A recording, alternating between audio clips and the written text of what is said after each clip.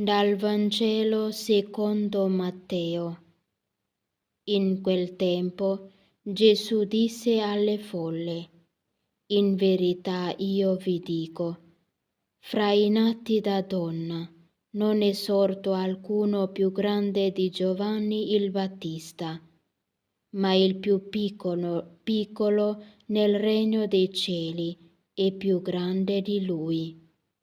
Dai giorni di Giovanni il Battista fino ad ora, il regno dei cieli subisce violenza e i violenti se ne impadroniscono.